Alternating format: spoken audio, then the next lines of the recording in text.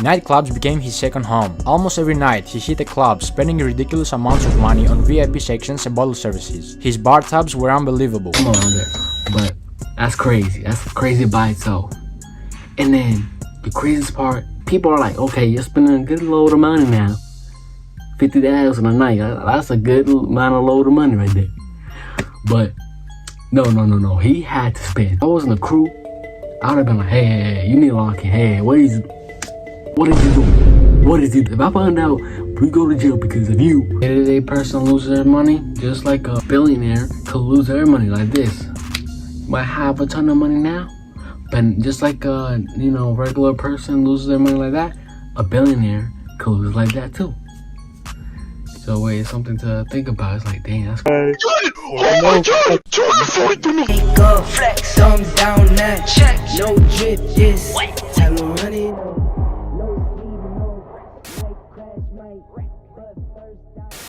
It's the 19th of August, 2024, the day a group of young adults carried out one of the largest crypto heists ever recorded. 20-year-old Malone Lem, 18-year-old Vircha Tao, 21-year-old Jendiel Serrano, Danish Can, and Chen. These kids targeted a single Genesis creditor who had no idea they were about to lose a staggering $230 million worth of Bitcoin. But how did they pull it off? Were they expert hackers with advanced coding skills? Well, it was much simpler than it seems. These scammers did something very clever. They hacked into basic human nature.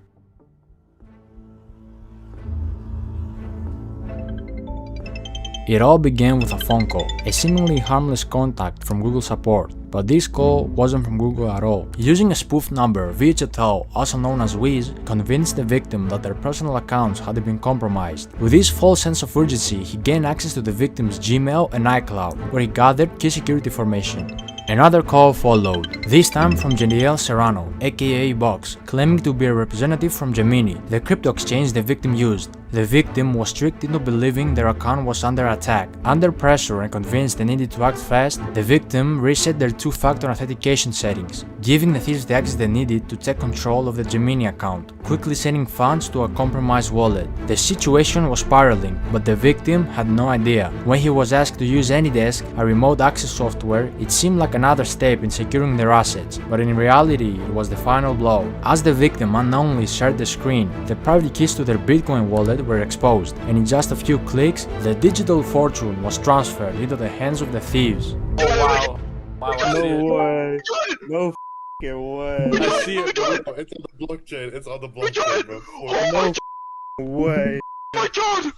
Oh my god! In a private video, they recorded the live reactions to the successful transfer of 4,064 bitcoins valued at over $230 million at the time, clearly excited as they watched the millions flow into their wallets. How did they manage to pull off such a heist? How could someone with that much wealth be deceived so easily? And why will they record themselves in the act of committing such a massive crime? First of all, I don't know how they even. Hey sir, we saw in your account got hacked, and we just wanted to confirm and help you to, try to transfer your funds to this account because this account that you have got hacked, and they changed the password. So if you don't take it out right now, you're possibly gonna lose your money. Oh really? They're gonna? Oh no, I gotta do this right now. Which bank? Oh no, sir, you send it to this bank. This. Oh really? Okay, I'm gonna do that right now. Done. Thank you for believing us. You just got robbed.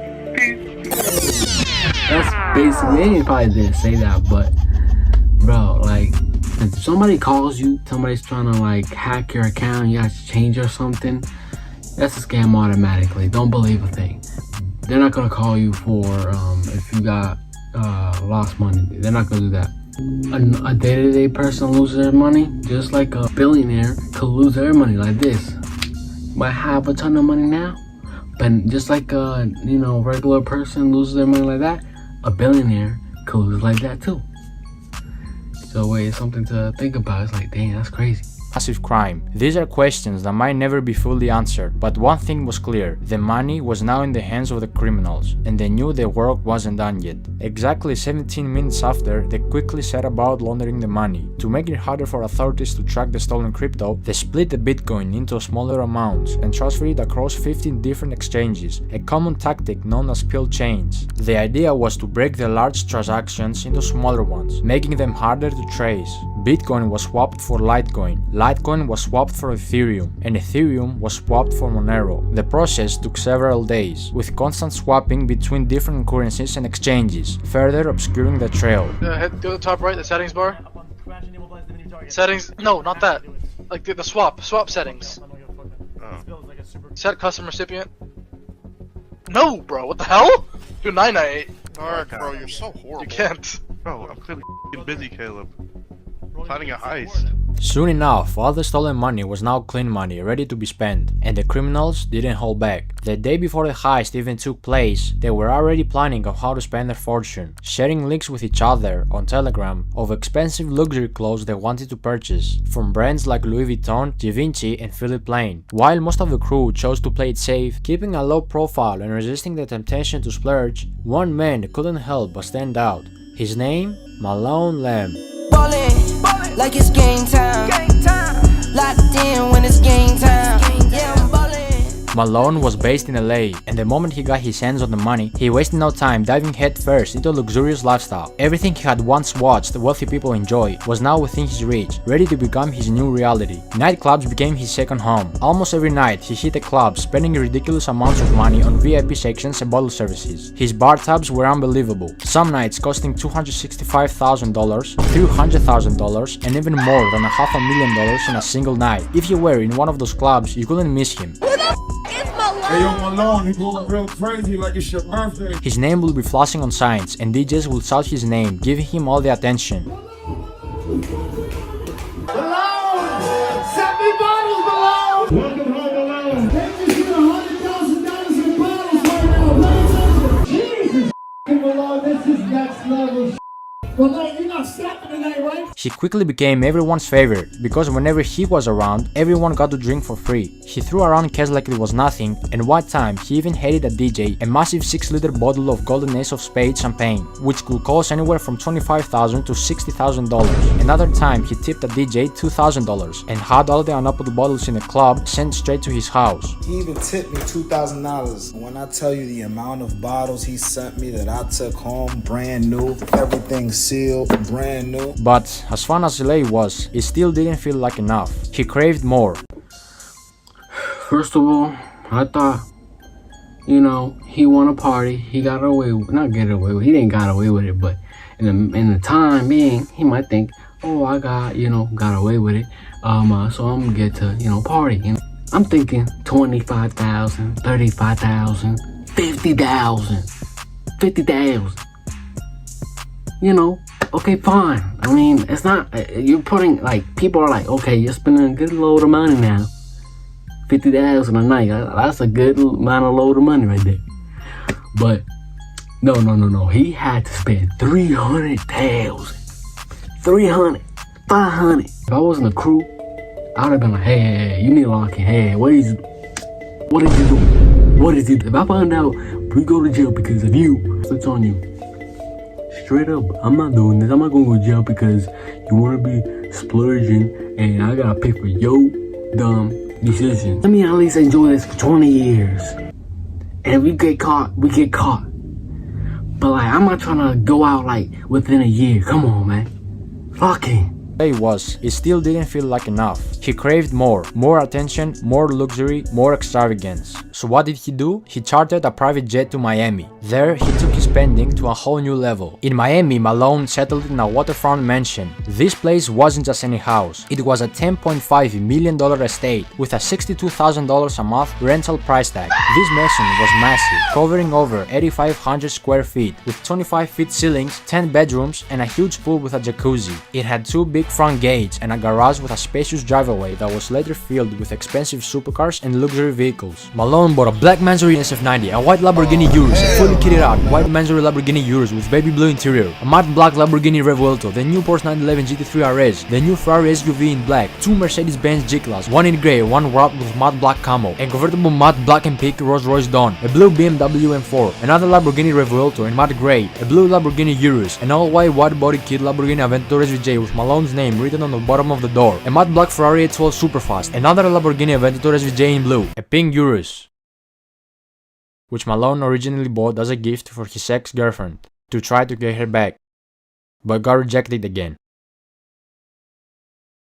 A fully black carbon fiber McLaren 765 LT, a blue Pagani Huayra, and many more cars. If you didn't realize it by now, Malone was always rolling with fashion. He rocked high-end designer pieces like Louis Vuitton and Givenchy. His style was expensive, with the most expensive piece of clothing being the Moncler Maya 70 by Paul Manges jacket, which alone cost $50,000 or more. But after all this wasted money on clubs and cars, Malone finally decided to invest his money in timeless pieces that would hold their value over time, like these Cuban link chain bracelets filled with diamonds, a Rachel Millie covered in diamonds, and a diamond ring for each one of his fingers. One Rachel Millie wasn't enough, of course, so he bought multiple. Even his glasses had diamonds. Yo, don't take no video. Malone wasn't just a millionaire obsessed with himself. He had a generous side, often using his wealth to give back to others in need. He bought 5 Birkin bags and gave them away to random girls at the club. One of these lucky ladies was a model named Olivia Allen. Guys, I can't even make this up when I say that I just woke up to a Birkin in my bedroom because a man gave it to me in the club last night.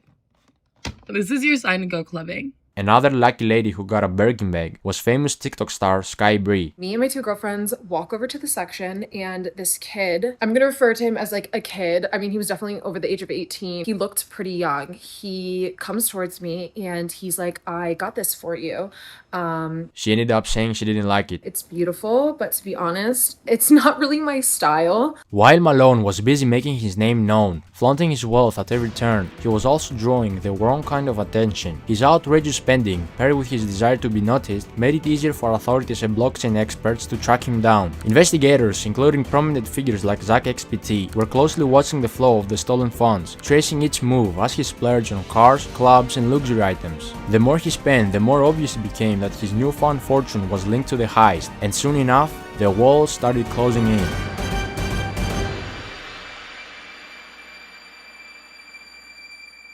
Malone thought he was untouchable, but behind the scenes, law enforcement and experts like Zach XPT were already connecting the dots. Through his flashy spending, investigators tracked large transactions linked to the stolen Bitcoin, using blockchain analysis to map out the movement of funds. What's more, both Box and Wiz slipped up during the process of laundering the funds. On several occasions, they accidentally leaked the stolen funds with their personal assets. Wiz, for example, also leaked his full name during a screen recording, while Box reused deposit addresses, making it easier to trace the funds back to them. These mistakes, combined with recorded conversations and digital footprints, painted a clear picture of the criminals' activities. By mid-September 2024, the FBI and other authorities had gathered enough evidence to act. On the 19th of September, federal agents raided Malone's Miami mansion, where he was arrested, surrounded by all the luxuries he had bought with a stolen fortune. We hear boom, and we thought that was a shooting in the neighborhood, and we. Well.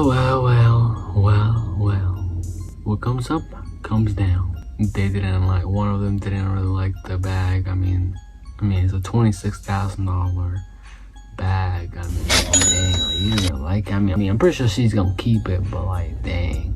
Then you trying to buy a car to get your ex back. Stop it.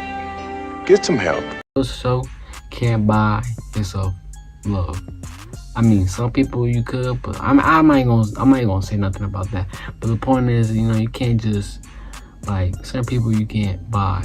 They caught him, and now it looks like he's going to jail now because of the lavish spending. And like the video said, they didn't really did a good job. They messed up on the transaction, and it came back to them. So yeah, not looking too good for them now. Let's see what happens. Where he was arrested, surrounded by all the luxuries he had bought with a stolen fortune. We hear boom, and we thought that was a shooting in the neighborhood, and we saw a lot of police. This was something that never happened in this neighborhood. Most of the time was a lot of party. was party because I can hear from my house the music. It was a stark contrast. Malone, who had lived like a king for just a short while, was now being led away in handcuffs. Authorities were able to freeze over $9 million in stolen funds, with $500,000 already returned to the victim. However, a significant portion of the stolen money remains in cryptocurrency wallets. At the time of making this video, $21 million linked to Box is still sitting in one wallet, while Virche Tao, also known as Wiz, has around $39 million tied up to his account. Additionally, $4 million of Malone's funds remain untouched in another wallet. But what happened to everything else he bought? The cars, the clubs, the private jets, and all the flashy stuff. See, when a criminal buys luxury items, like cars, with stolen money and later gets arrested, the government steps in and seizes those assets through a process called asset forfeiture. This allows law enforcement to take control of anything purchased with illegally obtained funds, such as cars, houses, or expensive jewelry. Once these assets are seized, they are usually put up for auction. In many cases, dealerships or buyers, including the same dealer who originally sold the cars, can purchase them again, often at a lower price than they were initially sold for. The money made from these auctions then is used in a couple of ways. A portion of it will go toward compensating the victims of the crime, helping to recover some of the stolen funds, while another portion could be used to cover the cost of the investigation and legal proceedings. If the victim is lucky, he can get 50 to 65% back after the auction and administrative fees, the cut the investigators will get. However, in Malone's case, 3 of the cars he purchased, the Mandarin Lamborghini Urus, the Lamborghini Revuelto, and the Porsche 911 GT3 RS, were later transported to LA following his arrest. These cars were spotted by EFF Spot, a popular YouTuber who is known for his rare and expensive car spotting videos. In this particular video, both the Revuelto and the Porsche appeared with noticeable damage. The Revuelto had significant front-end damage, while the Porsche was dented in the rear, suggesting that the Revuelto had likely rear-ended the Porsche. This kind of damage will undoubtedly decrease the value of these cars when they go to auction, significantly reducing the amount the victim could recover. The same process will apply to the clothes, jewelry, watches, and designer glasses that Malone purchased. These luxury items are likely to be seized by authorities and auctioned off as part of the asset recovery process. High-end watches, such as his Richard Mille pieces, are particularly valuable and could bring in significant amounts at auction. While designer clothes typically depreciate in value, Malone's expensive pieces will still hold enough worth to help recover the funds for the victim. As for the wild spending in clubs, that money is pretty much gone. When you blow $500,000 in a single night on bottle services and VIP sections, the clubs aren't held responsible for giving it back, especially if they had no clue the money was stolen. Same goes for the private jets. Those jet companies provided a legitimate service, so the money Malone spent on his flights is long gone. In conclusion, while most of the big ticket items can be seized and auctioned, much of what Malone spent on services, like clubs and private jets, is lost for good. This story isn't just about a major heist or the luxurious lifestyle Malone enjoyed for a brief moment. It's a lesson in greed, the dangers of showing off wealth that wasn't earned, and how quickly everything can come crashing down. Despite all the money spent, the nights out, and the flashy purchases, Malone's dream life was built on stolen funds, and it was only a matter of time before it fell apart. Authorities might recover some of the stolen money, but the damage done to the victim and the recklessness of Malone's spending spree are a reminder of how easily things can slip away. For Malone and his friends, what started as a wild ride of lavishness ended in arrests and their names tied to one of the biggest crypto crimes in history. In the end, this heist shows us that no matter how clever the crime or how big the payout, the law always catches up, and the price they paid was far greater than the short-lived luxury they enjoyed.